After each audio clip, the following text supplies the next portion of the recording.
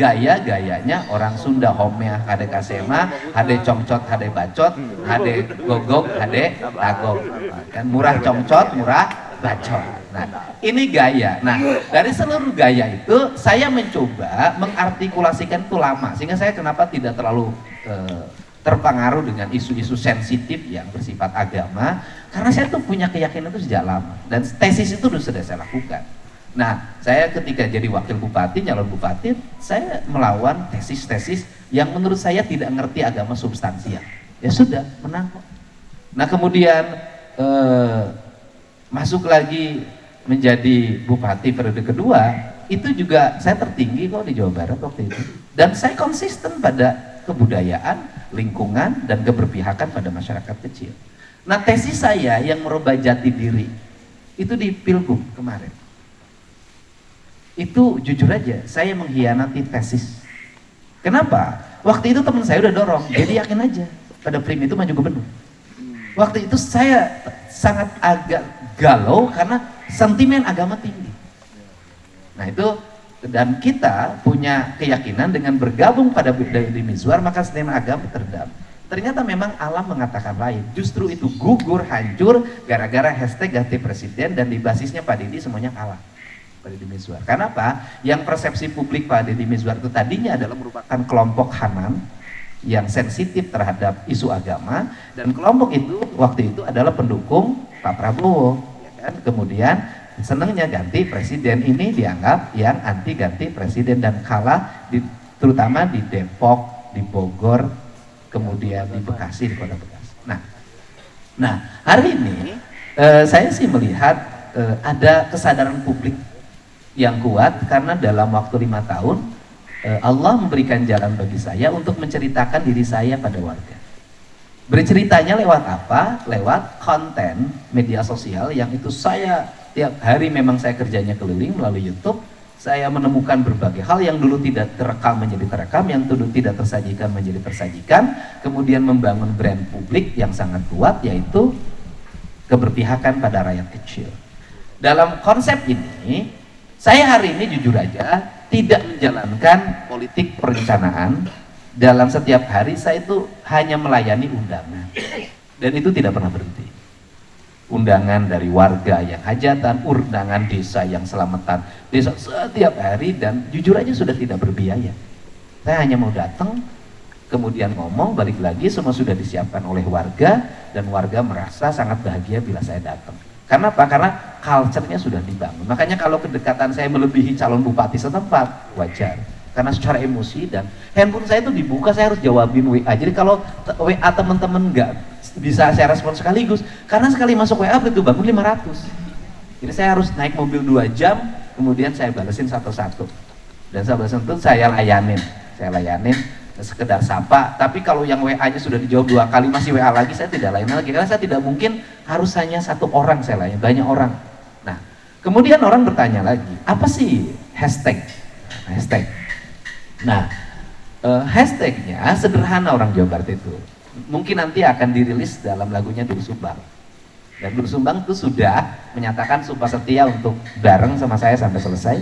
Dan nanti itu lagu-lagu yang dipakai seluruh paslon lain tuh nggak bisa lagi digunakan karena hak patennya udah nggak bisa.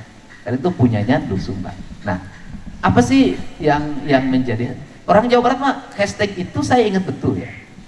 Pelajaran dari Pak Prabowo. Nah, Pak Prabowo ini kenapa kemarin menang? Karena juga apa yang diucapkan diingat. Makan siang gratis aja cukup ngomong gitu. Lagunya oke gas selesai. Yang lain tuh terlalu banyak. Nah, kalau saya sederhana hari ini, Jawa Barat istimewa itu apa sih? Jawa Barat istimewa itu adalah pejabatna barecus, artinya punya kemampuan. Jalana aralus, jalana mulus, sakolana alus, rakyat kaurus, selesai sudah.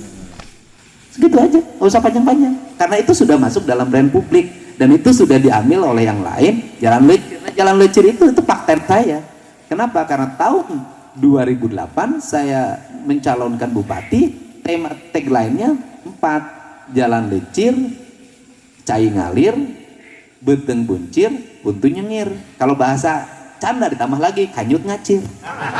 Canda. Karena orang maksudnya apa sih? Kenapa saya selalu menyelipkan canda? Orang harus ada yang diingat pula. Dan nanti dia ketawa begitu laki-laki pipis inget saya. Dan inget tagline. Kan tagline itu harus ngebrand mudah gitu loh. Jadi kita ini tagline-nya apa? Tagline hari ini adalah jalannya halus, jalannya mulus, sakola aralus, rakyat kaurus. Tambah lagi kan? Di Nusaku aya fulus. Nah itu tambahan. Hanya itu saja, nggak usah terlalu banyak. Itulah istimewa. Istimewa kenapa? Karena masyarakat itu yang diomongin di mana-mana cuma jalan kok. Sekolah yang harus sudah daftar ke kelas, sudah masuk kelas, harus balik lagi gara-gara kurang 3 meter. Kan itu kebutuhan mendasarnya. Kalau yang lain-lain, yang lain-lainnya nanti ada strategi kan masuknya tenaga kerja segala macam sudah. Rumusannya sudah ada, visi misinya sudah ada. Ini hari ini kita bersilaturahmi, kita menyamakan pikiran, kita menyatukan hati dan membangun langkah. Dan langkah kita ini bukan untuk hanya kemenangan Deddy Mulyadi dan Erwan, tetapi paradigma yang harus dibangun adalah kita ingin Jawa Barat menjadi provinsi yang dihormati oleh provinsi yang lain. Kita ingin ketika masuk Jawa Tengah, perbatasan Jawa Barat, masuk Jawa Barat sudah terasa Jawa Barat. Saya ingin ketika dari Jakarta Timur masuk ke wilayah Bekasi, sudah terasa Jawa Barat. Saya ingin dari Jakarta Barat masuk ke arah Depok, itu sudah terasa Jawa Barat. Jawa Barat dan saya itu nanti akan menggandeng tim arsitektur dari TB, kemudian saya akan merumuskan perbatasan-perbatasan gapura-gapura itu di seluruh. Dan setelah itu apakah cukup gapura yang hanya masa lalu? Tidak. Saya akan berteknologi. Bagaimana berbasis teknologinya? Dulu saya sudah punya rencana di Purwakarta, cuman keburu berhenti. Jadi nanti di gapura-gapura perbatasan kabupaten itu akan dipasang pagar pengaman. Jadi ketika ada kejahatan, nanti sistem tombol bekerja, nanti di bawah jalan ke atas menutup pagar, tutup, mobil tidak bisa lewat. Itu udah ide saya dari dulu. Dan saya dulu sudah merumuskan tentang terowongan pintar. Terowongan pintar itu adalah kabel listrik, kabel VDAM dimasukin di sebuah terowongan di setiap kota. Kemudian kalau banjir masukin ke situ airnya, dan itu aman. Nah kita ingin, dan berikutnya itu nanti ke depan sistem pemilu tidak akan berantakan seperti ini. Di seluruh jalan provinsi dan jalan kabupaten akan saya wajibkan setiap jalan ada PJU, dan kemudian ada lubang-lubang untuk menyimpan bendera, tiang-tiang untuk menyimpan baligo secara tertata. Sehingga ketika pilkada, pileg, orang tidak mesti lagi harus pasang baligo di mana-mana, semuanya dipasangkan di setiap tempat yang spes yang sudah disiapkan oleh pemerintah daerah. Karena ini biayanya mahal kalau dilakukan oleh partai politik, bikin kayu itu mahal.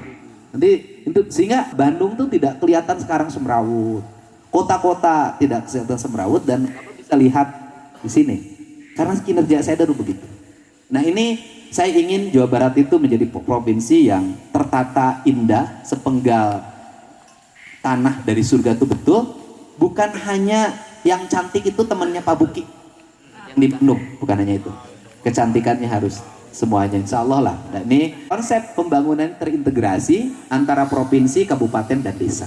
Nanti fungsi evaluasi gubernur akan berjalan, sehingga nanti apa kebutuhan kabupaten, penuhi oleh kabupaten dulu full, tidak mampu kita support oleh provinsi, tidak mampu kita support oleh pusat, sehingga nanti di Jawa Barat nggak ada lagi jalan yang rusak, nggak ada sekolah roboh, nggak ada puskesmas yang tidak punya rawat inapnya. Kemudian juga saya sudah merencanakan itu harus memastikan bersihnya partai di Jawa Barat. Dan caranya kalau hanya jalan pakai mobil kejar, cukup sewa pesawat susi air itu murah, keliling dari satu tempat ke tempat lain. Saya pastikan Jawa Barat dalam keadaan bersih pantainya. Karena membangun Citarum Harum tuh nggak akan bisa kalau itu. Dan kemudian tujuan ke depan apa? Nanti dan di situ nanti ada pesawat yang menjadi ambulannya rakyat. Jadi kalau di daerah itu ternyata perlu waktu dengan cepat, setengah jam harus nyampe RHS, nanti setengah jam harus nyampe Jakarta, karena rakyat ini memerlukan penanganan yang di kabupatennya tidak sanggup, maka pesawat itu bekerja untuk terbang. Ini rancangan, dan saya struktur anggaran Provinsi Jawa Barat itu relatif baik, cukup fiskalnya, tinggal memanfaatkannya, dan ini adalah orientasi, dan insya Allah lah, saya yakin Jawa Barat istimewa itu akan terwujud. Gak usah lama-lama, 3 tahun akan sudah berubah. 1 tahun mungkin sudah berubah, karena saya biasa bekerja full. Apalagi saya tidak punya istri, tidak ada yang khawatir terhadap diri saya. Dan saya udah wanti-wanti ke kepala desa karena setiap ketemu, karena hari ini kepala desa istrinya sangat fanatik pada saya itu, wanti-wanti pada mereka, boleh anggarannya naik, boleh ini, boleh ini, tapi ingat loh, saya ini tadi tegas. Jadi suatu saat jangan salahkan saya kalau saya tiba-tiba ada di desa. Dan lomba desa, ini penting, lomba desa hanya berlangsung setahun sekali. Tidak ada lomba PDKS, SKBKS yang protokolnya banyak banget yang ngabisin duit. Cukup satu lomba desa. Lomba desa itu menyangkut seluruh aspek pembangunan. Keberhasilan KB, pendidikannya, layanan kesehatannya, infrastrukturnya, lingkungan hidupnya, tata kelola pemerintahannya. Sehingga juara pertama provinsi itu disiapkan 10 miliar dalam bentuk anggaran kabupaten desa. Dan inti kepala desa akan kerja. Kenapa? Dia akan ngejar hebat 10 miliar dalam bentuk anggaran kegiatan. Sehingga dalam setahun itu ada satu desa yang sudah paripurna. Yang juara kabupatennya nanti juga akan di tackle oleh provinsi 1 miliar. Juara kecamatan 200 juta. Ini diberlakukan, desa itu kerja. Ini diberlakukan, kepala desa nggak akan kemana-mana, dia akan fokus, dia akan layani itu. Kenapa? Karena hadiahnya. Kenapa desa tidak semangat jadi juara? Karena malah tambah beban. Kesana kemari menggunakan biaya, kemudian terakhir jadi juara cuma dikasih piala dan sertifikat, sehingga tidak menarik. Nah ini ke depan, ya terobosan-terobosan ini yang akan saya buat.